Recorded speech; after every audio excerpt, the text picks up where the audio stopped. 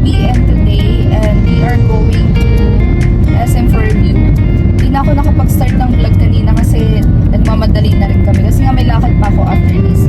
So, pupunta kami sa SM Fairview para magpamasahe kay mama. Si mama lang muna. So, update ko kayo later kung saan kami nagpapamasahe. So, yun lang guys.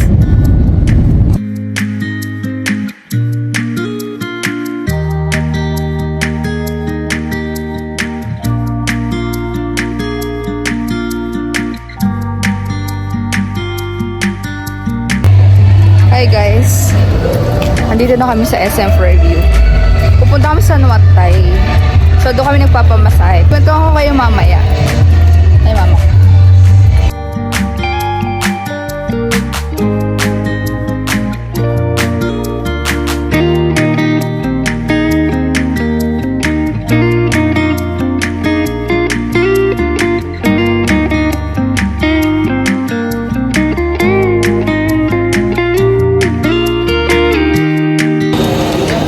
So, nandito kami sa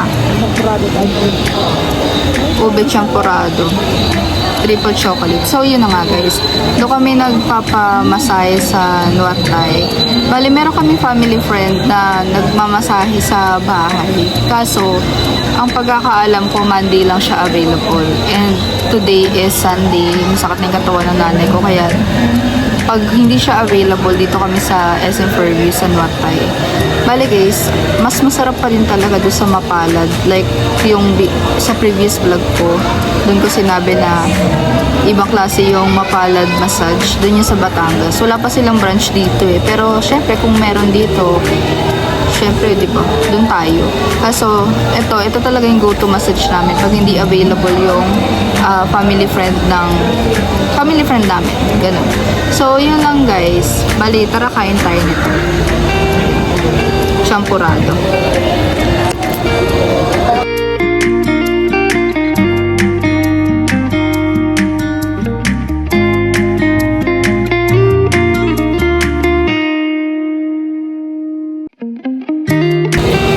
So guys, yung massage pala dito, hanggang 9 lang sila. So, 7.25 pa yung sked namin.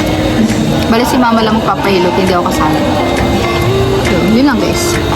Rakain.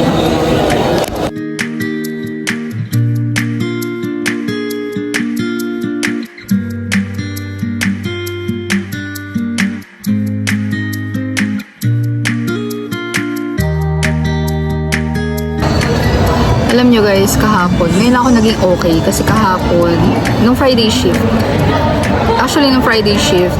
nagsisimula nang hindi maging okay yung pakiramdam ko. Like, bumabalik yata yung gastritis ko. Kasi meron akong gastritis. Ngayon, nung Friday, pinag-iisipan ko bakit una constipated ako. Then, parang nung bandang alas 4 na ng madaling araw, nagtatay na ako. Like, sorry for the word. Nagtatay na talaga ako. Then, pagdating ng buong araw ng Saturday, as in nagtatay ako at ginigising ako ng sakit. Sobrang sakit ng tiyan. Ganito yung nangyari sa akin last time. Then, nagpa-check up ako nun sa FEU. Kailan lang binlag ko yun eh. Kailan lang yun. Tapos bumalik siya ngayon. Ngayon, iniisip ko kung bakit nangyari ulit. Pero, ayun na nga, kahapon, uminom ako ng angina ba yun. Basta yung nireseta sa akin the last time ng doctor sa FEU, pero hindi siya naging okay. And then, uminom ako ng Gatorade, ganyan, para hindi ako ma-dehydrate. Kasi nga, sobrang talagang minuto lang, gigerbox na ulit ako. Tapos ngayon, may pinainom sa akin nanay ko, tapos naging okay naman siya. Then ngayon, today Sunday, kaya hindi naman, wala pa akong nilalabas ngayong araw. Pero medyo masakit pa rin yung tiyan ko. Hindi ko nga alam kung ano nakain ko. Yun lang, so story lang. Story. Ang tagal, 7:25 pa. May lakad pa ako after this. Yun lang. So guys, pasok tayo sa Watson. Dire Families. Kasi ang sakit ang tiyan ko.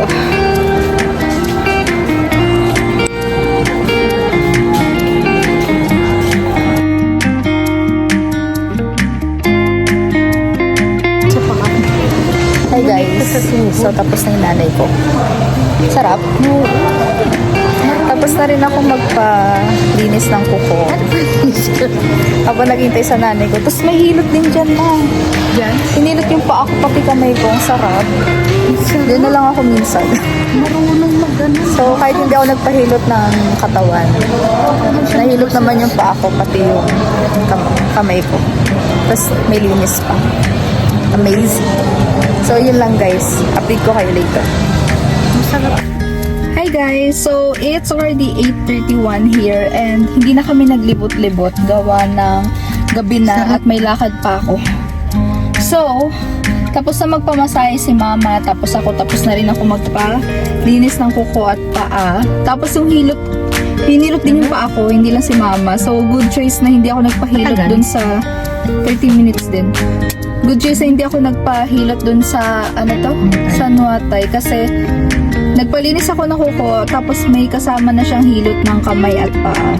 So, parang na rin akong hinilot talaga ng buong katawan. Kasi iba yung pag hinilot yung paa mo, parang nahihilot na yung buong katawan mo. Hindi na kasi. So, how was the experience, ma? Basta lang pahinilo. How was the experience sa Nuatay? Very good. Very, Nice. very good and nice. Tsambahan na kasi ang magaling maghilot. Oo, yun talaga. Tsambahan lang yung yung iba kasi minsan kahit sabihin mo sa Nuatay ka magpahilot, kung di marunong, wala rin talaga. Not a good experience. So, sa Nuatay, karamihan naman talaga magagaling maghilot. Pero yung Merong iba hindi. oo. Parang magaling din yung family friend namin si Ate Rosie. Kaso nga lang, di nga lang siya available. Anyway, doon ako nagpalinis ng kuko at paa sa nail files. Magaling din yung naghihilot doon. The last time nagpahilot ako doon, yung kasama na yung sa kuko, yung may pedi and manicure na. Nagpahilot ako hindi ganun kaano. Pero ito si ating Keme natsambahan kung masarap siya maghilot. Sarap ng hilot niya sa paa ko. Amazing. Kaya nga sabi ko kahit hindi katawan, paalam. Para kayo hinilot sa buong katawan. Nandiyan ang points lang. Ayun. So, yun guys. So, uwi na kami. Kasi tapos na yung purpose namin. Hindi na kami nag-ikot-ikot. Kasi gabi na at may lakad pa ako. So, yun lang guys. Update ko kayo later kung saan ako pupunta. Then, bye! Ayan, ang nanay ko. Pauwi na siya. Diba? Bagong hilot. Hindi masakit ang paa. Ano na pala, umarta pa? Ano na? Hindi ko alam. Nali. Lagay mo sa likod. Magpilang ngayon, bumili na ako fishbowl. Bukas doon. Ha? Okay. Same portion. Kahit wala sa freezer, okay lang. Yung fishbowl. Oo. Galing ka mo. Hindi pala yung pwede. Freeze ng todo. Basta sa malamig. Uwi na kami guys. Hiningal ka agad. Dapat dito pala. Para paglabas ko diyan na. Pwede rin daw ni. Sobrang hingal. Dami pang bukas. Ang mga sarado lang madamit. Pero yung mga burgera na yan. Bumili ako testy. Kasi gagawa ko ng Egg sandwich? Wow. Hindi ba gardenia yung gamit mo dun, ma? Masarap gardenia. hindi gardenia yun. Nasaan gardenia yun? Wala nang gardenia dun. Pwede yan ba sana sa palaman lang yan? Hi guys, so nandito na tayo. Bali, late na talaga. Alas 9 na. 9:08 na pero may lakad pa ako. Kailangan ko kasi maibigay yung gamot. Gamot na galing kay mama. Bibigay ko doon sa friend ko kasi nga kailangan din niya. And yun nga, para hindi rin masayang. Kaya kailangan ko talagang i-push to. Kaya ako umalis, ganyan. Tapos magko-coffee na rin ako. Kahit may gastritis, mag-coffee tayo. Charis. Hindi, magmamatcha lang ako para feeling ko naman pwede yun. Feeling ko lang. Huwag lang kape. Ay, may gatas din pala yung kaya hindi Magtutubig na lang ako sa Starbucks. Charis. So, yun lang guys. Bali, update ko na lang kayo later. Sana makauwi ako maaga pero nagugutom ako. I'm not sure if nagugutom ba talaga ako or masakit yung tiyan ko. Pero yun na nga. So, yun lang. Bye! Hi Hi guys! So, it's a haggard day today. Yeah, so pauwi na ako kasi nanggaling na ako kala Lisa, binigay ko na yung gamot and then after that, kumain ako. Doon lang malapit kala Lisa and eto pauwi na ako kasi nahanap na ako ng nanay ko and it's already 11:30 PM. Gabi na guys.